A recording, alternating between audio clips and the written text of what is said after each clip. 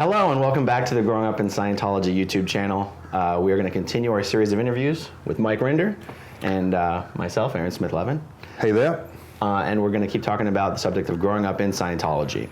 Okay, so we've covered a lot of ground. I think this is our third video. It's been a few months since part 2. We covered a lot of ground. I wanted to switch it up a little bit. In our last video, we were continuing on with like a chronological series of questions. Right. And I kind of want to interject and have us discuss some very specific subjects. And we'll get back to the chronological part as well. But there's just a few things I've been dying to talk to you about on camera. One of the purposes of this channel is just to interview a large number of people who grew up in Scientology and get answers, get everyone's answer to a very core set of questions, so that perhaps after maybe 15 or 20 interviews, we could edit it together and be like, okay, growing up in Scientology, what were you taught to think about this? And then get like 20 people's answers, right? So let's do, let's go through those questions. Okay, so you grew up in Scientology 25 or 30 years before I did, right? I mean, just to get the timeline straight. So I got introduced to Scientology as a toddler at maybe 4 years old, 1984. Just remind everyone what year you were born into Scientology? No, your kids but when I was but... like 6. Okay, in so what year? 1961. Okay, good, 25 years. Right 23. Right around there. 23. Sorry, I didn't go to school. Sometimes I mess up the maths. Okay. So growing up in Scientology, and again, this isn't even specifically geared towards what are staff members taught or what are new Scientologists taught. It's growing up as a child. You absorb things. Okay. So public education in general, going to public high school, going to college. What were you taught to think about public education, the value of it, any pitfalls to public education when you were growing up in Scientology?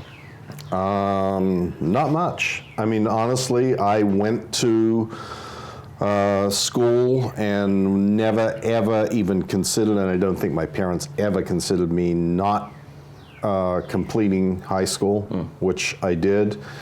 But then the sort of Scientology mindset set in much more. I mean, I graduated high school and I had a full scholarship to university, but I was recruited to join the Sea Org. And I had always kind of thought that it was inevitable that I would join the Sea Org. It was just kind of one of those, it was not a stated thing that, oh yeah, when you graduate high school, you're going to join the Sea Org, because it was just kind of how things went. Like, I know that's a terrible way of describing it, but that was kind of the mindset, that was a perfectly normal thing to do. You could graduate high school and join the Sea Org, or you could graduate high school and go to university, and the choice was mine. Got it. And I wasn't really encouraged either way by my parents. It was my own choice. To me, the idea of, heading off to join the Apollo and the excitement of being away and the adventure of it was more attractive than, going to university in Adelaide. I mean, nothing happens in Adelaide. It's like growing up in Omaha. It's like the dead pool and nothing. I mean, it's a great place to grow up, per se, but once you've grown up, not much happens there. So I was, I guess, a more adventurous type. And so there wasn't a lot of stigma associated with going to school. It was considered that was, in my family at least, that was basically what everybody was expected to do. Interesting. It just didn't, it never occurred to me otherwise. I know that isn't the case subsequently, but that was my experience growing up. I wonder when that changed. So like back in the early days of the Sea Org, did you have 11, 12, 13, 14, 15-year-old kids joining the Sea Org?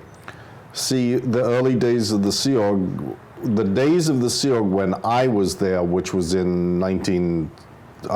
in 1973, and then very soon thereafter was on the Apollo.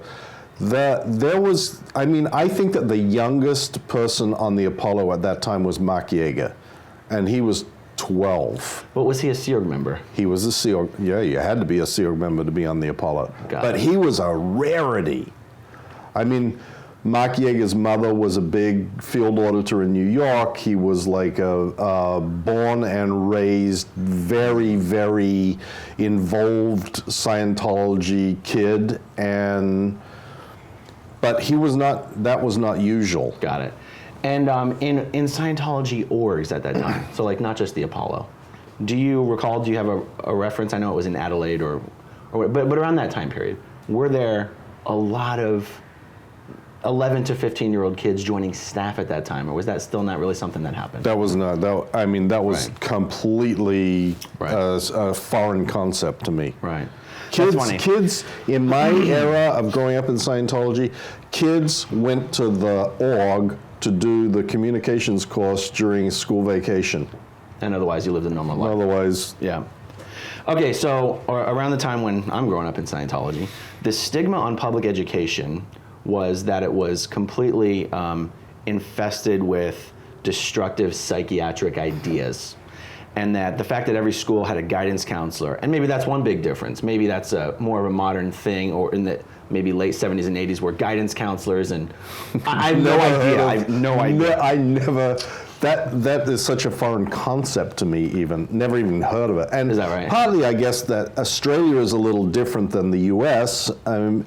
Australia tends to be, 10 to 20 years behind the culture. I mean, I'm sure it's caught up now with the internet, but back in those days, things were there was a lag between the changes in societal norms in the U.S. and in Australia. Right. And there was quite a long... Yeah, so I tell you, and I'm trying to recall specifically like who it is I would hear these things from, because it's not like you go into the org and have a little seminar on why you shouldn't send your kids to public school. But it was just one of the things that the Scientology parents all spoke about.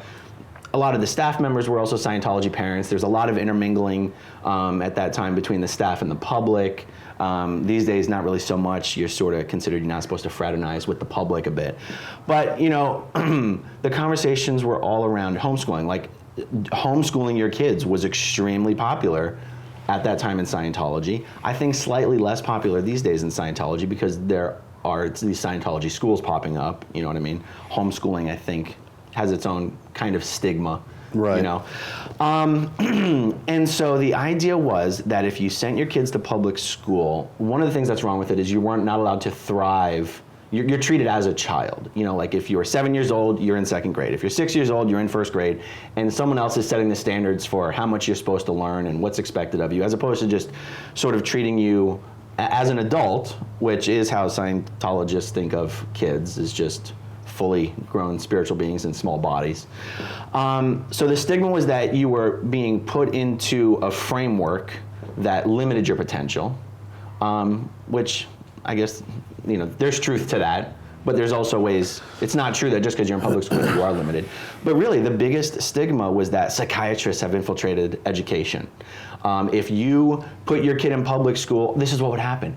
The IAS events in the org, this is no bullshit here. So the IAS registrar, and we're using a lot of terms that I don't want to, some people might be watching this video without watching our prior videos. The IAS is a small organization affiliated with the Church of Scientology that does nothing but fundraising. So they would come into the org and they would put on a fundraising event. And the first part of the fundraising event is putting the fear of God into everyone and how terrible the world is. And then the second part of the event is, so give us your money because we're the only ones that can solve this problem. Right. And part of putting the fear of God into everyone would be giving examples of a child who was in school and, just some stupid example of not paying attention. And eating his pencil, so he got put on Ritalin. The guidance counselor comes in, diagnoses him, puts him on psych drugs. The parent never even finds out about it. And in Scientology, if you are... And then he committed suicide. Oh no, even worse than committing suicide, he's now never eligible. He's now no longer eligible to ever receive any Scientology auditing. Right. If he's under the hands of a psychiatrist or, right? Right. And so the idea was, oh my God, if you put your kids into public school, they're in the system, the psychs can get their hands on them. And that was how I was raised to think about like public education, middle school, high school. College was not the big thing about why no one cared about going to college or really, I know almost no Scientologists my age who actually went to college, like zero, is because what you aspire to is to join staff and be a professional auditor, or to join the Sea Org, because it's just one of these ideas that the only thing you could be doing of importance in this world is either delivering Scientology, or informing people about Scientology, or if you're Tom Cruise, setting the best example to the entire world of how awesome a Scientologist is, so everyone joins Scientology, kind of tongue-in-cheek there. And so it wasn't considered, becoming a doctor was not considered something honorable. Becoming a lawyer, well, lawyers aren't honorable. Oh my God, I'm just kidding.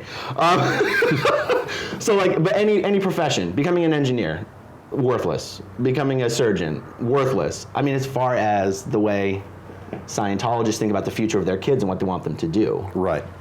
I think also there is one other part to this, which is the fact that education outside of Scientology does not incorporate study tech. True. And to Scientologists, that's a big deal. Like, So, you don't really learn anything if you're not applying study tech. That's right. So study tech is just the technology, the whole system within Scientology of how you're taught you're supposed to study. And it just involves making sure you don't have any words you don't understand. It involves making sure that if you're studying about an engine, that you're looking at an engine and not just reading about an engine. It's some pretty common sense stuff, but in Scientology, the idea is, oh my God, we're the only ones that have this. We're the only ones that use this. And in school, they only educate you to pass a test. They don't educate you to use and apply data in an efficient and helpful manner. Yeah, so there was that. Okay, so that's how I was, that's how I was taught to think about public education. A little different than how you were. What a difference 25 years can make. Okay, next subject. Non-Scientologists. So, a couple of my notes here. What were you taught to think about people who couldn't recognize the truth of Scientology? Meaning, and just realize I'm using a lot of these terms in the way a Scientologist would say them. Someone who comes into an org, does some services, and is like, yeah, this is not for me, and leaves. You know, I'm gonna a few questions here, and then we'll just tackle all of them. The term WOG. WOG is a derogatory term for a non-Scientologist. How is this word used? Is it a derogatory word? Okay, two different subjects here. How are you taught to think about non-Scientologists? Why? What did it mean if someone didn't really get Scientology or had no interest, like any of those sorts of things? Interesting question. I'm not sure that there was I can't think of a real example of that being anything that came to mind, but I know the sort of thought or the general pervasive attitude in my family and the people who were Scientologists that were our friends was somewhat kind of, well, you got to feel a little pity for those people because they're not able to experience the wonders of Scientology, and for whatever reason their reactive mind has gotten in the way, or whatever. There's a million explanations for these things always in Scientology as to why either something doesn't work or people don't agree with it. But I would say that the kind of general attitude was a sort of a pity, like a bit of the kind of condescending, we're a little superior, they don't really understand, and it's sad that they don't understand. Can you imagine living life like that? Right. But so nothing much more worse than the we're saved and they're not idea. Nothing particularly drastic. No, not really drastic at all, and probably no different than a devout Catholic or a Mormon or a Jew or anybody else would look upon themselves as the the people who are being saved because of their religion and everybody that isn't a part of it is not. That makes sense. Okay, so let's talk for a moment. But certainly WOGs was a term that was Let's talk about this term WOG. Because looking back on it, okay, when I was just in Scientology, on staff and everything, even then I was aware, like I would never use that term around a non-Scientologist. Like I guess there was a self-awareness that this was a derogatory term. Correct. But the funny thing is that in the world of Scientology, when someone throws out that word, they're not necessarily trying to insult someone. No, they're trying to distinguish. I mean, it's the easy shorthand for saying the non-Scientologist. Right. Okay. Or the non-Scientology. I mean, instead of saying the non-Scientology world, they say the WOG world. The WOG world. I have a WOG job. It means I work at a normal company that has nothing to do with Scientology. Not a Scientology. It's like, if you could shorten non-Scientology or non-Scientologist, it would be WOG. Right. Or another classic, oh yeah, my sister's got a new boyfriend. Oh, is he a WOG? I mean, it's like the N-word for a non-Scientologist, but people, but it's funny because, I'm sorry to go off on a tangent like this, but like in the deep, deep South, I've heard stories of people telling me, like someone from the Northeast going to the Deep South maybe 30 years ago, and even then, they're throwing around the N-word, but if they were raised saying that, they don't necessarily know it's a terrible word. Right. It's absolutely right. And that's kind of like WOG. Like in retrospect, thinking that there's this weird term for non-Scientologists is almost embarrassing. How it was never this glaring red flag. Like we've got a word for people. Like, so okay. Growing up in Scientology, I tried to look up this word in the Scientology dictionary so many times, and eventually it was just like, okay, whatever. I'm just going to move on because literally the only definition says worthy, oriental, gentleman. What the hell does that have to do with being a non-Scientologist? and I should ask you a question here, but I'll just talk for a little bit longer. Recently, I went online and I was like, there has to be an etymology for this word that makes sense. And I don't know if this is totally legit, but here's what I found. Back in one of the wars, it was either Korea or Vietnam, I can't be sure. The soldiers were all using very racially derogatory terms for the people that lived in those countries. Right. And one of the generals came along and said, you know, this is unbecoming of, you know, officers of the military or whatever, and from now on we're going to call them worthy oriental gentlemen or something. And so they took that term, but reduced it down to WOG because it still sounded like a racial slur, so they could still say it. Now, maybe I've got that wrong, but when I read that definition, I was like, oh my God, that makes sense. It's almost a tongue-in-cheek thing because, you know, LRH is using this term. It's like you're pretending to be polite to them, but you're calling them a name. Yeah, is that right? Like, I have no idea, word? but I think the word goes back a lot longer than that. I think it's originally a British term that was used in the colonies or something.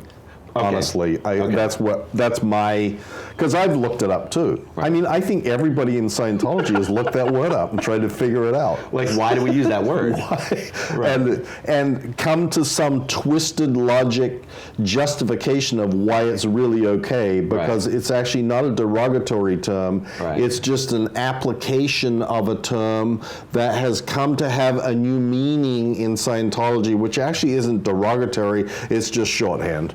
Right. That's right. Except they won't say it.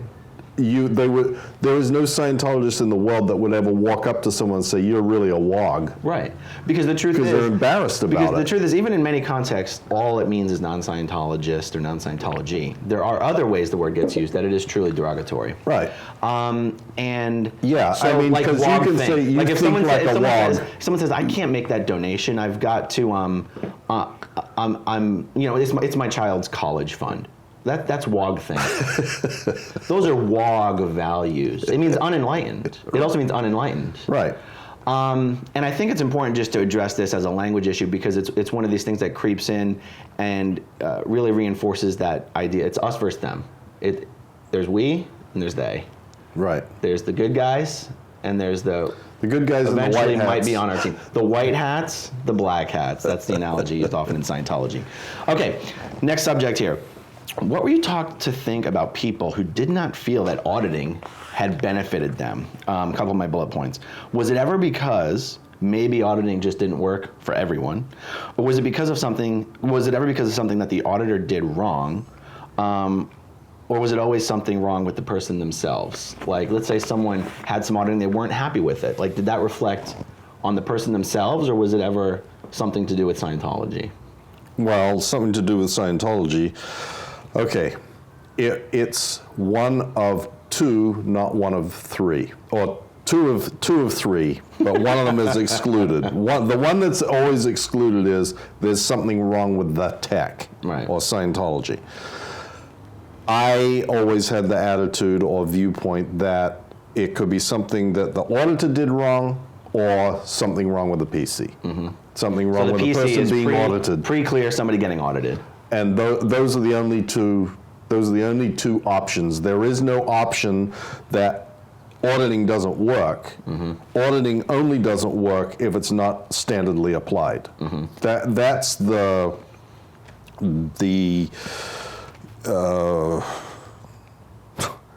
I'm not even sure what the right word is. The commandment of in Scientology. The tech works 100% of the time when 100% standardly applied. Mm-hmm. So auditing always works if it's done right. And if it's not working, it means it's not done right. And the not done right could be one of two halves of the equation. Either the auditor has not done it right, or there is something about the PC that is not doing it right. Right. The PC could not be following the auditor's commands. Or could have withholds, or could be PTS, or could be an SP, or could, and then you get into the plethora Now, we're throwing out some terms here. We're going to get some, SP is just you're a really bad person, and PTS is you have a really bad person who's giving you a really hard time. Right. Exactly. So in other words, something the auditor could do wrong is to not have previously discovered all of these other things that are wrong with the person that should have been addressed before auditing. Correct. So in no way, shape, or form is a lack of result ever due to, well, maybe this doesn't work for some people.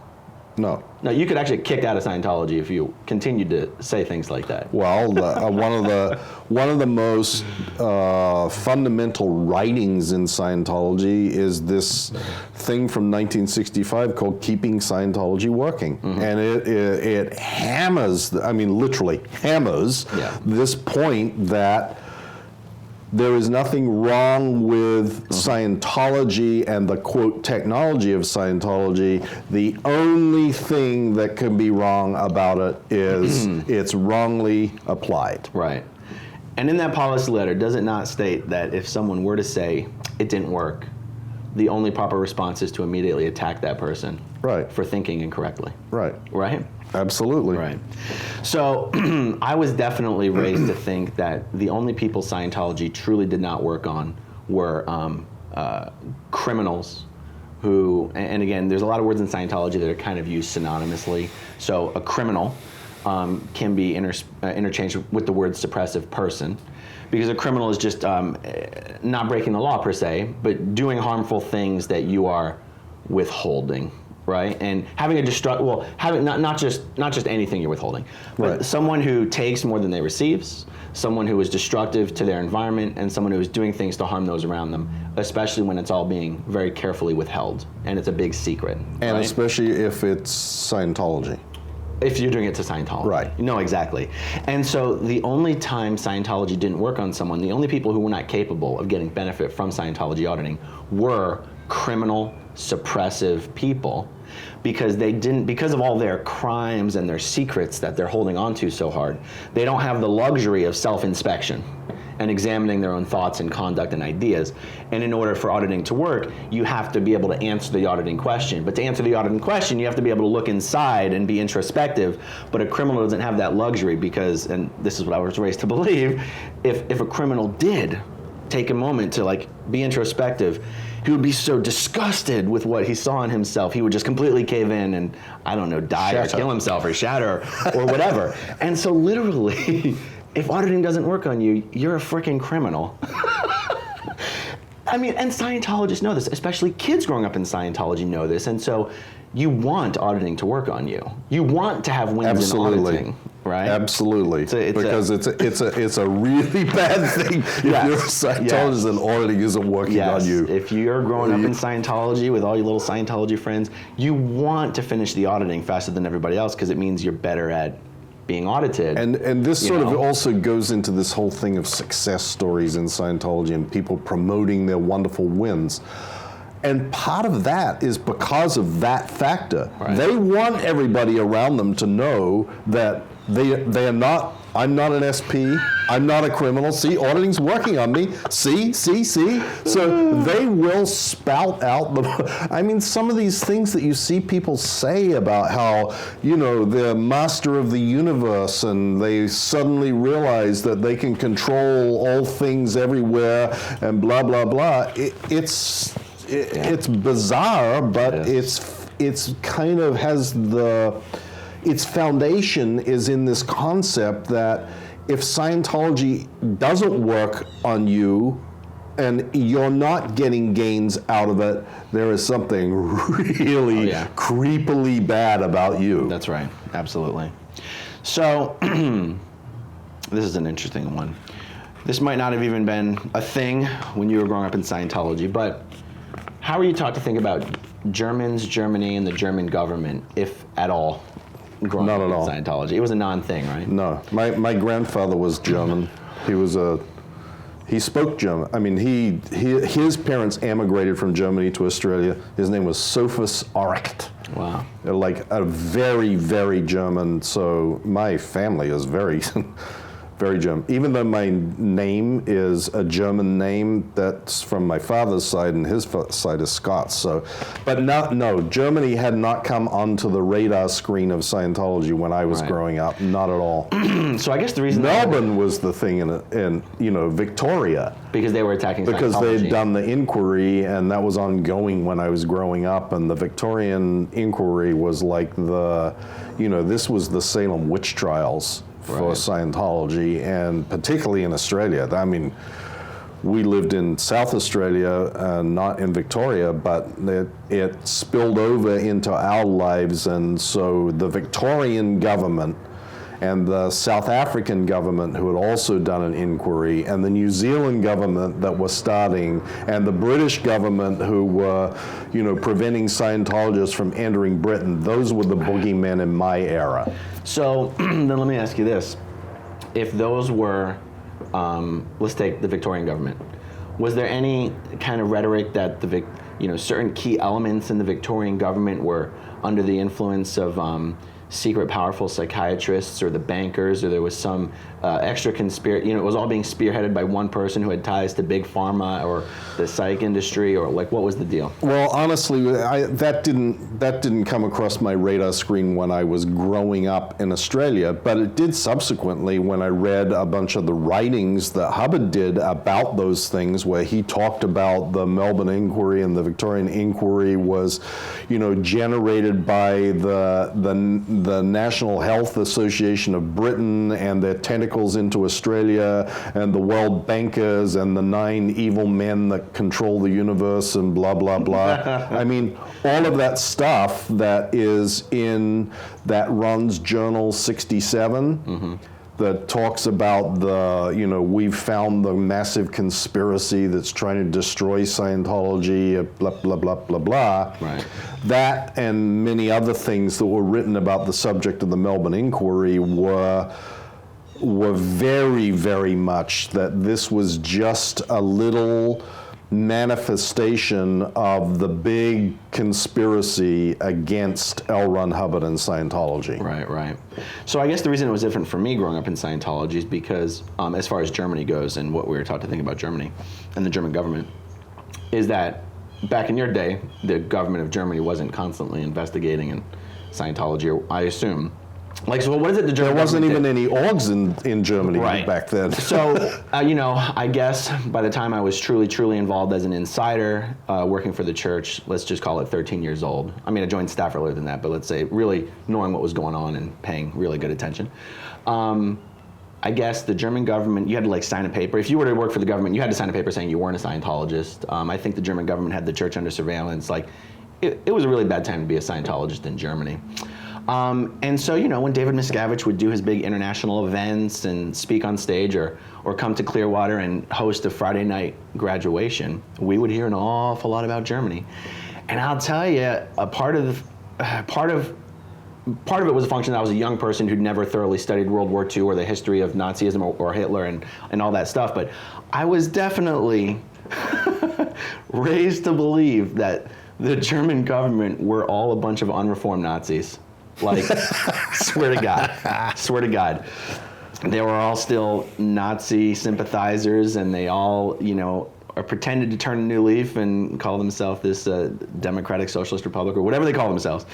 But they're still Nazis. Like, you know, a tiger doesn't just change its stripes, or a leopard doesn't change its spots, or whatever the analogy is. And the evidence that they were still Nazis was their anti-humanitarian stance of attacking Scientology. Like, the worst thing you can do in the world is attack Scientology. You're destroying and trying to suppress the one true hope for man's all future eternity. And so that would be the joke. Heber Jensch, who I very much like, funny guy, but he really loves making fun of Germans. Heber Jensch with the German name. He's the president of the church who hasn't been seen in 10 years. It's funny they just don't put in another president. I don't know why they don't just name another president and put this to rest. Because then they've got the problem of, you know, what about the senior CSN, and what about the EDN, and what about like. No one's gonna understand what you're saying though. Okay, so people that are familiar, like the supposed most senior person in Scientology hierarchical management structure, the person who's supposed to run the church on a day-to-day basis is Mark Yeager, right? Is the EDINT. Oh, Guillaume Lasserre. The Executive Director International. Right. And the person who's supposed to oversee the technical application of Scientology on an international basis is called the Senior Case Supervisor International. And just like Heber Jensch, the president of the Church of Scientology International, those people have all been disappeared. Right. And they have not been seen in public for years and years and years. And it's unacceptable to ask about them. It will cause you a great deal of heartache and pain to raise the question, what happened to these people? So it's left unspoken and unsaid. And if they were to replace the most prominent of the publicly most prominent one of those, Heber Jensch, the president, then it would start raising questions about, well, how come there's no other? And there's a number of these others. Right. And that's a whole nother subject of, you know, how David Miscavige has taken over Scientology and become effectively the dictator of Scientology with no apparent, you know, competitors. Right. So the reason I mentioned Heber, though, is because out of all the representatives from international management who would come and speak, Heber was actually everyone's favorite because he was the most charismatic, off-the-cuff, down-to-earth guy, funny as hell. He could ad-libbing all the time. Just a really personable guy you just wanted to be friends with. Oh, he is. He actually was a performer, wasn't he? So, but was in Paint Your Wagon. Oh, Jesus. And a few other films and stuff, and he sings, and he's an entertainer. And so one of the things that he would do that always get a lot of laughs is whenever he was telling a story about, you know, a German official or a German this or a German that, you know, he would just speak like an exaggerated Nazi way of speaking, and everyone just thought it was hilarious. And so I grew up thinking, yeah, the Germans are Nazis. Not the German people, because there was a lot of German Scientologists and whatnot, but that the entire government of Germany was just Nazi sympathizers. And it's funny because ideas about that have still stuck with me, right? Like, I learned recently through, I think, talking to you and Mark Headley that, and I can't remember how it came up, but is it literally illegal in Germany to call someone a Nazi or to display a swastika? Oh, literally illegal. And so, horrendously. But here was my first reaction when I learned that. I was like, they're covering you up. I was like, don't you think you guys are overcompensating a little bit? like if you had gotten over this Nazi thing, wouldn't you just chill out a little bit? And how about just embrace free speech? Why do you have to be so sensitive about it? But do you know what's funny, Aaron? Do you know what their beef is with Scientology for real? What? that Scientology promotes the idea of creating supermen, a race of superior beings, and that, in the minds of the Germans, is what Nazism was really about. Aryan superiority, creating the super race that was going to control the world. And if you take a lot of writings in Scientology about creating homo novus and OTs, and Scientology will dictate what governments are supposed to be doing, and blah, blah, blah, blah, and we're going to clear the planet and blah, blah, blah. That's the stuff that got the Germans freaked out that Scientology, it's so funny because their view was Scientology is the genesis of the next Nazi party. Wow. And Scientology's response to that is, these are the Nazis, the latent Nazis that are trying to attack freedom of religion. Yeah. It's so funny because when you look at it from the other side, and the side of the German government and their they are paranoid about having let me just say, paranoid, it sounds kind of like they're crazy. Like, they're very, very concerned that they never have a repeat of history in Germany. Nowadays, they got a bigger problem because with the, this is going to get off in the whole thing, but with East Germany being combined with West Germany, and then now there is a much more right-wing activity that's acceptable in Germany. Western Germany, up through the 90s, was very, very freaked out about the idea that anything could ever happen in their country. They consider themselves to be very enlightened. They are. They're a very advanced society, very efficient, very well educated.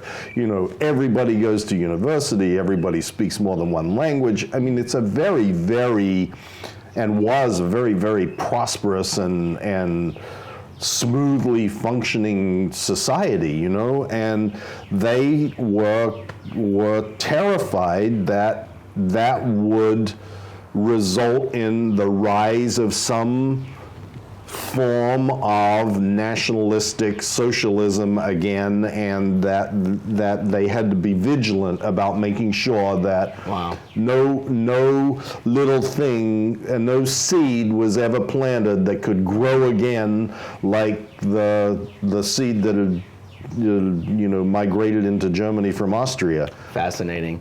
And so God, so you just compare that, the German government's concern that Scientology is very concerned with creating a new version of society. I mean, these are words taken straight out of Scientology materials. To hell with this civilization, we're building a new one. Whereas on the other end of it, people like me are being told the German government, because they're all still, Nazi intelligence agents, have a common practice of brainwashing people and hypnotizing them with drugs and pain and sending them in to do secret espionage activities. And with Scientology auditing, we can uncover that. And the German government's afraid that we are going to reveal their secrets and their secret agents and their thises and the that's. And like literally. Scientology exposes the truth, and the German government is terrified of that because they are these nefarious Nazi espionage, all that. That is how we were taught to think about the German government. Right, and I mean, this is a very complicated subject because also in Germany there's two state religions, the Lutherans and the Catholics in the south, the Lutherans in the north, and they have a government division of the government, which is the church, and everybody pays taxes that support the church so there is competition there. I mean, so it's not, there are other factors that are in play here, but certainly this is something that Scientology has really perfected as an art. and this is not unique to Scientology. The more you read about what other groups have done, the more you realize that it's sort of part and parcel with all belief systems, but creating the enemy and painting the world of the evil that is about to engulf us or will engulf us or will engulf everybody should we not succeed is a real art form in Scientology. I mean, it's the psychiatrists, it's the drug companies, it's the World Bank. There is enough of these things that have been created as the horrendous monsters, the sources of all evil that must be vanquished if we are to exist as anything other than a black cinder in darkness for eternity. Right. And all these terms are terms that, the Christians have a burning in hell, and Scientology has becoming a black cinder in the darkness in eternity. As a spirit. As a spirit. Right. These things are, and every opportunity, and now it's become what I call, disaster capitalism. Now it's become a great reason not to save the planet, but to give us money to save the planet. Right. Now it's become, and like you were saying about the IAS events, the fundraising events, we're going to tell you how terrible everything is in the world, and you give us your money because we're the only ones that are going to do anything about it. Right. And that's Germany. Right. Germany was a great fundraiser. Oh, absolutely. Leah Remini told me she gave them $1 million. Wow. For Germany. To the IAS. To the IAS. God, amazing. For Germany, because she got told that they were being made to wear yellow armbands with S double triangles on them. It totally freaked her out, and she went, oh my God, I've got to do something about this. And the same lines were used, like, imagine if you were back in 1939 and you knew what was going to happen with history and how history was going to unfold. Wouldn't you have done something about stemming the tide of Hitler and the Nazi youth back in 1939? And we know, because we can predict what's going to happen, because we've seen it happen before and history is repeating itself, so we've got to stop it now. So you got to give us money because we're the only ones that know how to go about doing that. Right. No details are ever given on what they're supposed to do with that money, or what they did with the money. Right, well, because they don't really do anything with the money. Say what people can say what they will about Scientology, but at least back in the day, if someone were to paint some terrible image of the world like that, it's because the answer was you needed to get into the org, get on course, learn to become an auditor, and audit people to help people. Correct. At least that was the message. And I think, a lot of the people that have left Scientology in the last 15 years aren't objecting to the philosophy or beliefs or practice of Scientology. They're objecting to the fact that the church has now just become someone that says, the world's a terrible place, give us money. As opposed to, the world's a terrible place, let's actually do something to try to make it better. Correct. Right. No, yeah, it's the subtle shift is actually, because they will still say, to make the world a better place or to solve the problems of the world, blah, blah, blah, blah. But somehow it's because with the money you're there's giving. a middleman in between now. Right. It used to be, so come into the church and get yourself trained as an auditor and help by auditing people, or go out and get other people to come in and get rid of their reactive mind. Right. That doesn't happen anymore. Now it's just give us the money because we're going to go solve the problem for you. Right.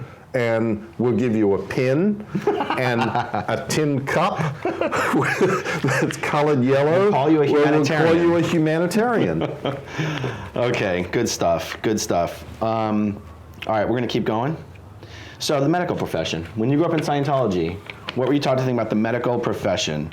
Why are auditors considered more legitimate healers than doctors? How does a doctor's understanding of the source of disease compare to a Scientologist's understanding of the source of disease? A few subjects there. Well, when I grew up, there wasn't much stigma associated with doctors. I mean, Right. I didn't get hardly sick at all when I was a kid. I mean, I have very little illness or broken anything, just kind of nothing ever happened to me, so I never really had Right. much need to go to the doctor. But we had a family GP who was our sort of family doctor, and if someone had chicken pox or, you know, strep throat or whatever, that was who we went to, and that was... Right. There was no... I know now that the stigma associated with the medical profession as a subject is pretty serious. When I grew up, it wasn't at all. It was like, you went to the doctor, you went to the dentist. Right. Those are the guys that fix your body. Sure. And my concept when I was growing up was, yeah, well, there's people that fix your mind and there's people that fix your body. And the doctors deal with the body part and the auditor deals with the mind part. And that was kind of how I viewed the world. Sure. So in my growing up era, I wouldn't say there was a really large stigma against it, but there was sort of just a positioning where doctors, you know, they served their purpose. LRH, L. Ron Hubbard, in a lot of the materials that I listened to and was exposed to growing up, he's very condescending about physical healing doctors, very condescending. It's not that they're worthless or anything, it's just that there's a place for you guys as well. You do good work too. Yeah, if you break a bone, you need some guy to put your bone back in. Yeah, you have straight. your value. Because But that will never work without auditing. right. So the idea was the true cause of disease and illness, it's more of a spiritual nature. You had to be connected to someone that was suppressing you or antagonizing you in some way. And then it got deeper than that. Even if you were definitely not surrounded by someone who was doing that to you, there was something in your environment that was reminding you of a long lost time, either earlier this life or in previous lives, where this was happening to you. Do you know what I mean? Yeah. So, so doctors weren't considered to ever be addressing the root cause of a situation. Right. They were just a Band-Aid. Yet, you know, surgeons have their place. You know, you're not going to cure someone who needs surgery with auditing.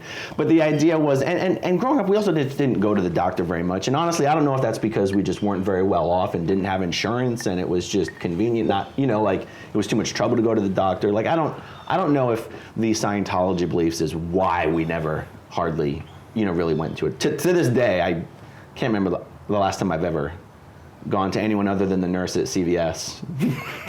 I mean, seriously, I can't remember the last time I went to a I went doctor. to this at CVS to treat the heart attack I just had. Yeah, but it's not. But it's funny. It It's wasn't not that good, but you know. So again, not a huge stigma, but again, a very condescending sort of view of it. It definitely was. Like, I've never heard of a Scientologist going, "Yeah, I'm going to go to med school." That doesn't happen. I've never heard of a Scientologist go, "Oh, I'm so proud of my kid. He's, you know, he just became a doctor." It would be like, you just spent how much money on your kid to go to school for 12 years or whatever, you know, whatever it is, to do something that doesn't help the world? Like, it would be like, you could have given that money to the church. Well, that's exactly right. That's exactly what somebody would say, right? Okay, good. So illness in general, we just kind of just touched on that. Okay, I'm dying to talk about this. The poor, the handicapped, the chronically ill. I guess, you know, you could throw, you know, people born with disabilities or, you know, people who are mentally retarded and whatnot into this category. How were you taught to think about people like that when you were growing up? Was it a thing? A bit, not a whole lot. I mean, that the bit is, I say that because my father was always pretty derogatory about his sister because he considered her a hypochondriac. Mm-hmm. And therefore a sort of a degraded being. Mm-hmm. And So that's an important word in Scientology. It is a degraded very being. It's a real word. It's not just two English words. right, Okay. DB. DB. You're a DB. He's Yeah, a DB. which is not decibel. It's So what does degraded being mean? It means someone that is has been so messed up for so long, meaning lifetime after lifetime after lifetime, that they are incapable of, I mean, it's sort of a harmonic of being a suppressive person. Like, it's that so unaware and incapable of self-reflection and awareness that there really isn't much hope for the person. They're just going to continue to be a burden on everybody else. That's kind of the best way I can describe it. Maybe that's not really accurate, but in the Scientology dictionary, there's a couple different kinds, but in the Scientology dictionary, the picture, the sketch, the diagram under degraded being is essentially a homeless person. A guy who's got, you know, he's haggard. He looks like a homeless person stumbling out of a bar at 6 o'clock in the morning. Is exactly like, that's a degraded being. It has, you know, that's who you are as a person, right? I kind of interrupted you. You said that he called her, your dad would think of your sister as a DB, a degraded being, because she was a hypochondriac and whatnot. Well, that's what he would say that she was a hypochondriac. Whether she really was or not, I haven't got a clue. Oh, no, I get you know what I mean? Like, that she was just always sick, you know, and she was always taking pills. Right. And that was not a good thing. Right. And that was just kind of, I mean, honestly, where I grew up, you never saw a homeless person anywhere. Like, I never saw one until, I never saw a person that I would consider homeless, like, you know, when I first went to LA and was on Sunset Boulevard, I'm like, holy tamale, going to Norm's restaurant that used to be on the corner of Vermont and Sunset at 4 o'clock in the morning, and the bag ladies would wheel their shopping carts in and stuff, and I was like, to me it was like, oh my God, what am I seeing? So that never really came up, although as I became more and more indoctrinated into the teachings of Scientology, it certainly comes up a lot that, you know, Scientology is to make the able more able. Scientology is not trying to, you know, we don't have the time to devote to the people who are the worst off. We need to devote our time to the better off people so that they can be improved, and then the whole world can be improved. So that charity, trickle down charity. Yeah, exactly. So it is the same concept. Yeah, and that charity is equivalent to a concept in Scientology which is called rewarding the downstat. And that downstat is a term in Scientology which is widely used. It stands for down, or it means down statistics, which means your production is less than it was at some previous period, or more generally, you don't really produce anything. Right. So you're not contributing to anything, you're just taking. Right. And that's what a downstat is. And the concept that Hubbard has is that if you reward downstats by acknowledging or giving them something, then you'll get more downstats and you won't have so many upstats.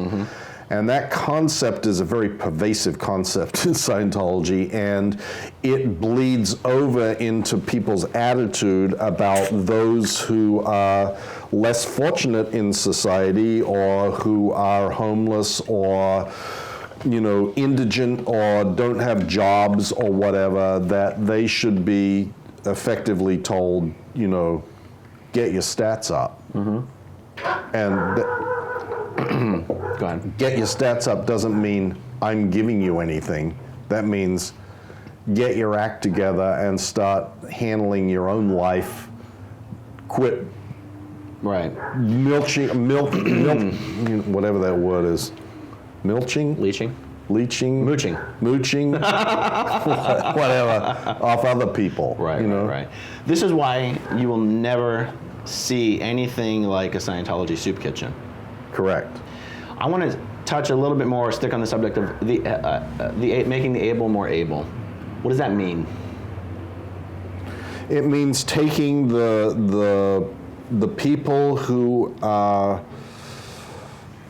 like far enough upscale that they can recognize the value of Scientology and devoting the resources to making those people move higher up the scale. Right. And so rather than wasting your time and effort on, like, if you had a room full of 50 people or 100 people and there were 30 people who were, in the eyes of Scientologists, downstat or DBs or bums or SPs or whatever, you could devote all your time to those 30 people and result in an incremental improvement of that much.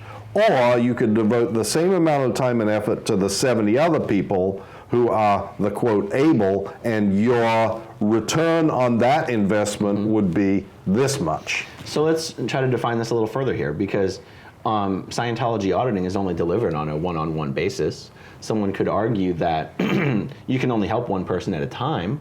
How does Scientology, how does this, I guess we'll call it a guiding principle of making the able more able. We're only worried about the able. We're not worried about the indigent or whatever. How does Scientology benefit by focusing on one person who happens to be rich and successful, as opposed to focusing on a person who's making 40 grand a year and has 2 kids? Like, if you can only help one person at a time, what's this idea of, no, we're gonna focus on the more successful guy? Let's actually look at, how does that benefit Scientology? Because if you're looking at how it benefits the world, you can only help one person at a time. Is there a difference between helping the guy that makes 40K a year or helping the guy that makes 10 million a year? How does it benefit Scientology to say we want to focus on the able? Well, the theory is that the guy that makes 10 million a year is going to be able to reach more people to disseminate to them about Scientology. That's right. So I think if we were to define able, it means affluent, it means influential. You'd think, based on looking at most Scientologists, that it meant white. Right? Now it doesn't. I mean, I don't believe there's a true racial or racist component in Scientology, but there's almost no black people in Scientology for some reason. Okay. So we're defining able, right? They're generally smarter. What are? Black people. Stay away from Scientology because they're smarter. I think. But defining able, it definitely means affluent. It means influential. It has nothing to do with education, as far as the way Scientologists would define it. Nothing to do with education. Influence and income. Is there any other way that you think a Scientologist would define able, as far as who we're going to spend our time helping? Well, they would probably define it as being high-toned. High-toned. So generally happy, positive, optimistic, not a negative Nancy or whatever. Right, because, and I don't think that's really especially honest, but that would be the way to avoid really having to say what you just said. True, right? Right, exactly. Exactly. And actually, just as I'm saying this out loud, I realized, it's not like 100 people come into a Scientology church and the people that are signing up them all for courses goes, we don't want that one. Oh, we don't want that one. We just want the able. Right. We only want the able. No, the mantra we only want to focus on making the able more able is really just a way to validate anyone that frickin' stayed. Like, anyone who signs up and stays is like, we're only about making the able more able, and that's you, because you stayed. They're not turning anyone away, okay? So that's funny. All right. That's very true. All right, where did we go with that? We were talking, okay, no, we're going to stay on this one. So illness in general, poor, the handicapped, the chronically ill.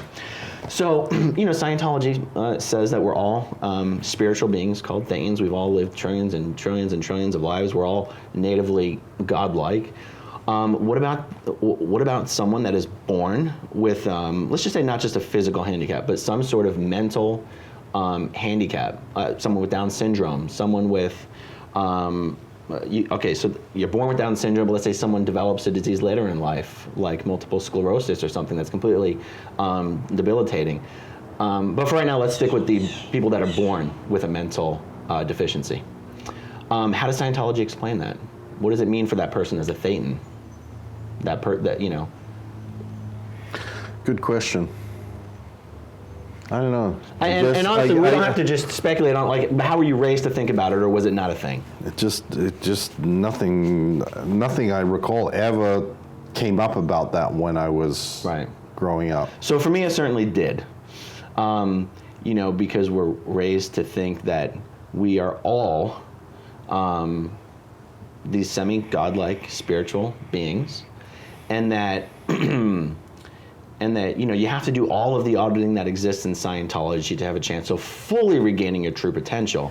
But that really, if you just tried really hard, you could be just as powerful as you were back then without all of that. If your desire and necessity came up high enough, you could just throw everything that's wrong with you out the window and act like a magical super being at any moment. And so part of what goes along with that idea is that you are 100% the sole cause of anything that ever happens to you, no matter how far removed, like through some abstract kind of esoteric spiritual way. You are the cause of everything that happens in the world. You're the cause of every leaf that blows, every person that every leaf that blows in the wind, every person that dies anywhere. Somewhere, somehow, that had something to do with you. This is true, right? Right. Okay. So, how does this relate to people that are born with handicaps? The thing in that body made a decision, even subconsciously, to do that to themselves.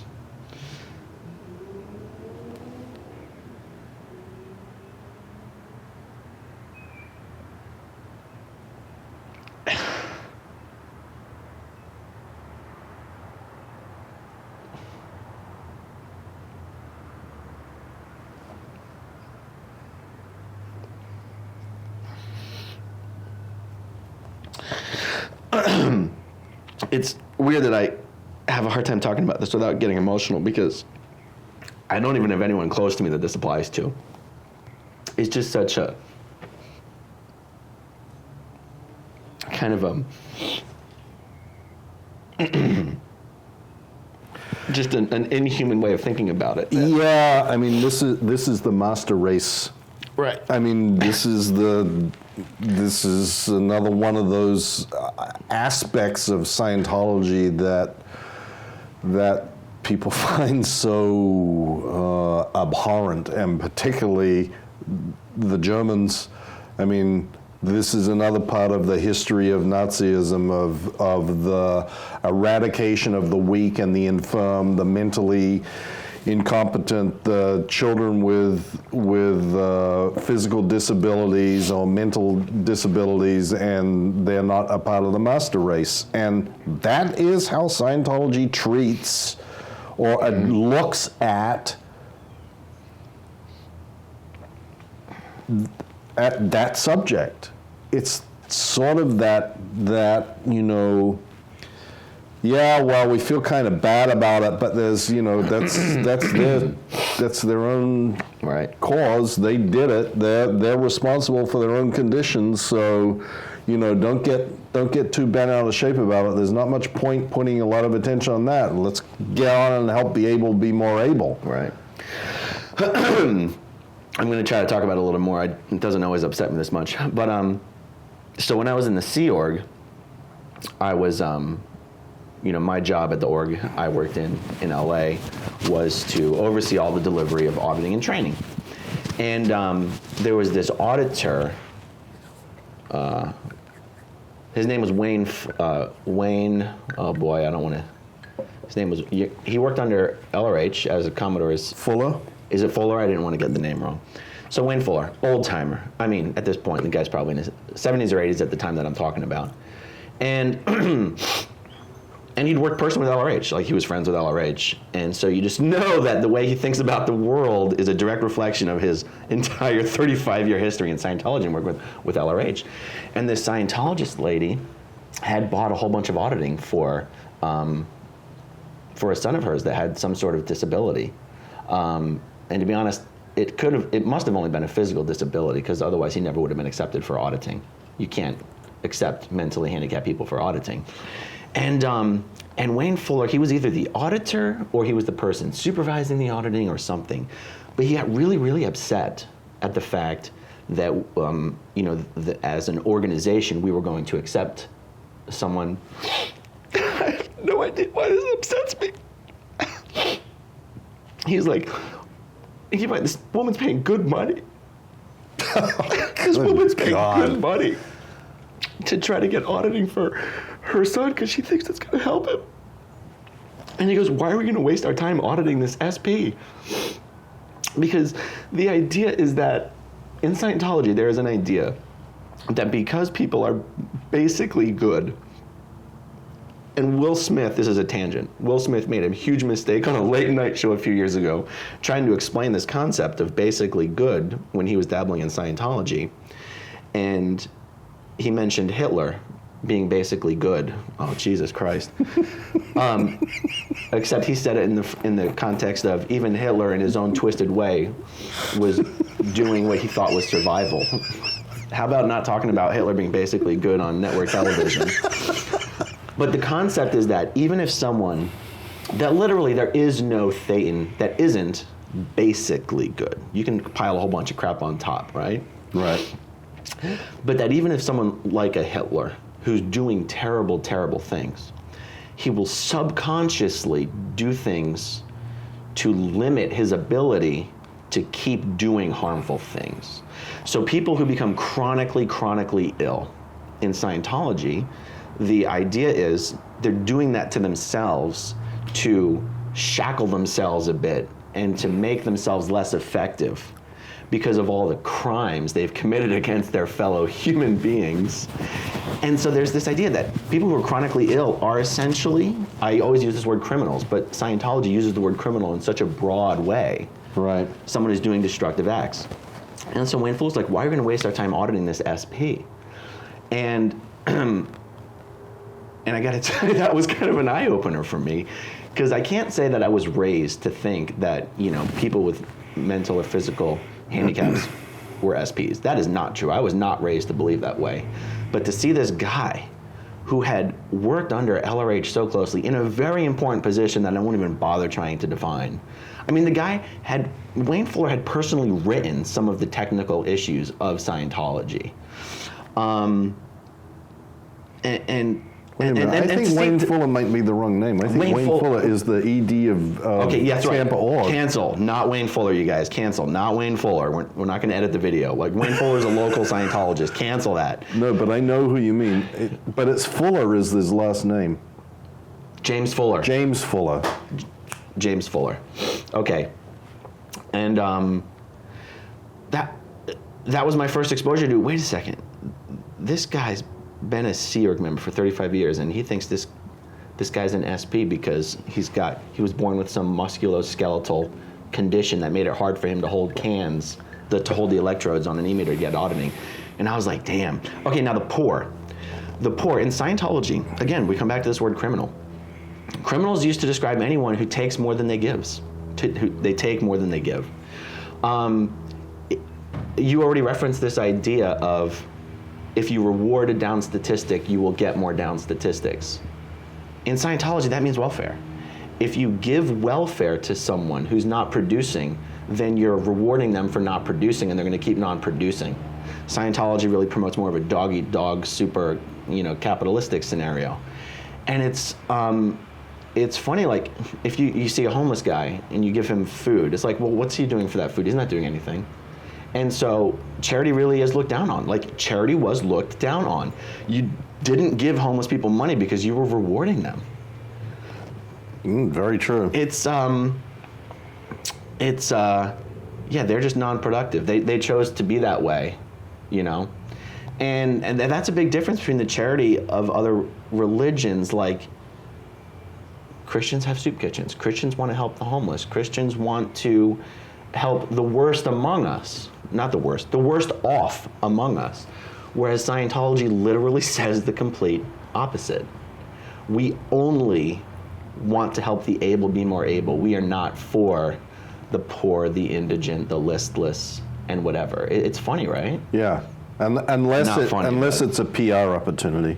Exactly. Then maybe something might get done if there's a video to be shot or some pictures to be taken or a little media thing that might be beneficial. Then on a local level, you see some Scientology churches doing, strange little things. But generally, that's not the attitude that Scientology has about how you be a good Scientologist. Right. Well, we have more to go. We have a lot more to go. My God, we're going to do 10 of these videos. I hope people find them entertaining. I know people love hearing you talk about your early times in Scientology and stuff like that. So we'll keep doing more of these, but we're going to limit it to roughly hour videos at a time. So that's all we're going to do. Thanks for watching. Like the video if you enjoyed it. Please subscribe to the channel if you haven't, and we'll see you soon. Bye.